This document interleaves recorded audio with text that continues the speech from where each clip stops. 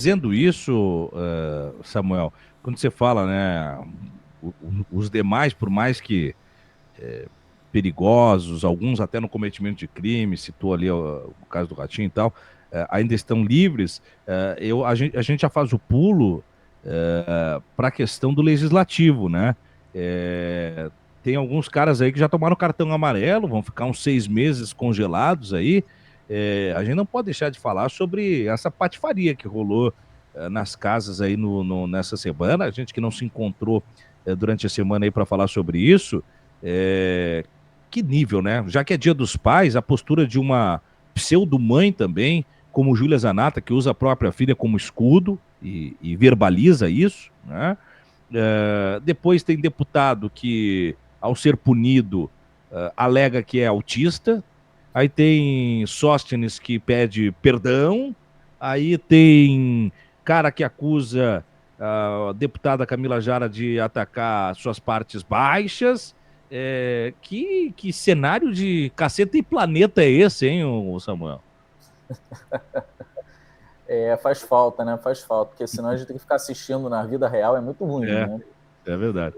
Pois é, então, vamos lá. Vamos começar pela neonazistazinha ela é de onde? Ela é de Santa Catarina, Santa gente? Catarina. É, Santa tinha que ser, Catarina. infelizmente. Santa Catarina nos ajude, por favor, ano que É. vem, eleição. Vamos Dá uma melhorar, vamos animada. botar uns quadros da esquerda, pelo menos, bem, sabe, daqueles nacionalistas, defensores da esquerda, para a gente ter um contraponto, pelo menos, a essa maluquice. Vamos lá, ela está com uma criança ali, acho que de 3 para 4 meses, que é a filha É. dela. Como todo mundo deve saber, quem não fugiu da escola, né? E aí, evidentemente, a gente fica em dúvida se os bolsonaristas estão nesse grupo ou não. Uma criança, para nascer, ela tem uma construção óssea, né, do crânio dela mais fragilizada, muito mais frágil, o pessoal costuma chamar de moleira, né? Uhum. Por quê? Para facilitar o parto. De outra forma, seria muito mais doloroso e o risco de morte, né, da mãe seria muito maior se ela já nascesse com o crânio completamente solidificado. E pior do que isso, ou tão grave quanto isso, seria a impossibilidade da criança desenvolver o seu cérebro. Então a criança nasce com uma caixa craniana extremamente vulnerável. Qualquer coisa que você possa infligir algum impacto ali é mortal, é fatal. É por isso que pais cuidam dos filhos com muito zelo nessa primeira fase. Não pode deixar cair, não pode colocar em um lugar que algum animal venha desajustadamente, né? Ser claro, é um animal, ele não está racionalizando os atos dele, pode machucar a criança, por mais que seja bonzinho e tudo mais. Tem que se cercar de cuidados a criança. Você não pode levar ela num lugar movimentado, num estádio com criança recém-nascida. Se você colocar uma criança numa situação dessas, mesmo sob o argumento, imaginemos aqui uma mãe que argumente, olha, eu preciso ir trabalhar porque meu patrão mandou e eu estou com uma recém-nascida, então eu vou pegar um ônibus cheio com essa criança. Primeiro, as mães têm direito, né, à licença maternidade no Brasil, não é achando que você vai para a terra do tio Sam, você vai ter férias, direito à licença maternidade, isso não existe. Mas no Brasil, que é um país civilizado, nós avançamos com propostas da esquerda para proteger a vida, que é isso que no final a esquerda faz. Protege a vida de quem está vivo e não sufoca a vida de quem está vivo e protege a vida de quem não nasceu. Protegendo a vida de quem está vivo, existem leis que protegem e não obrigam, né, que autorizam as mães terem licença maternidade. Mas supondo que a mãe, né, de baixa renda fosse obrigada a levar o seu filho numa condução lotada para o trabalho, Uhum. obviamente todos levantariam e dariam o melhor lugar para ela sentar. Educação se aprende, qualquer criança no Brasil aprende isso. Talvez até antes de conseguir falar, ela sabe que tem que respeitar alguns grupamentos mais vulneráveis. E, obviamente, isso é comum em toda a sociedade. Isso é uma conduta moral.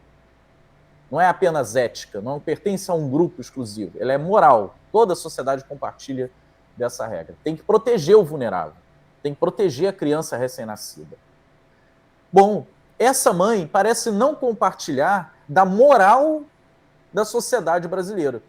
Ela põe a ética bolsonarista, e a ética é sempre um conjunto de regras de um grupamento, não da sociedade como um todo. A moral, ela é social. A moral é uma construção social. Ela aponta quais são as condutas e os comportamentos de um dado momento histórico, numa dada realidade. Isso é moral.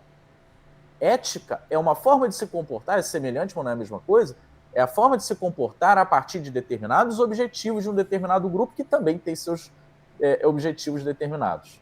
Pois bem, ela coloca o interesse bolsonarista acima da moral coletiva. Sim. Ela pega a filha dela, ela de tal forma fanatizada que ela não só abandona a moral, né, social, ela abandona, inclusive, a ética da maternidade.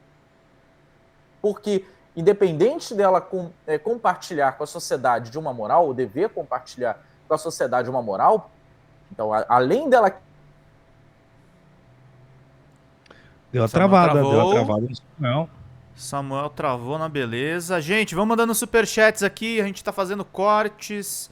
Deixa eu mexer aqui no Samuel enquanto a gente vai seguindo aqui, agradecendo sempre a ajuda de todos vocês. Na construção da moral, o argumento mais, né, estrutural da lógica filosófica sobre moral, e o Samuel fazendo essa anatomia da construção moral para conseguir narrar a situação imoral, né, do Congresso. Enquanto o Samuel retorna, Pedro, eu separei um recado, você pode ler os outros mas eu separei um que eu quero abordar. Perdão. Pode ler que eu tô gravando corte, vai lá. O Edson Freitas. Mas a Thalíria Petroni também já levou o filho para amamentar no plenário e ninguém falou nada.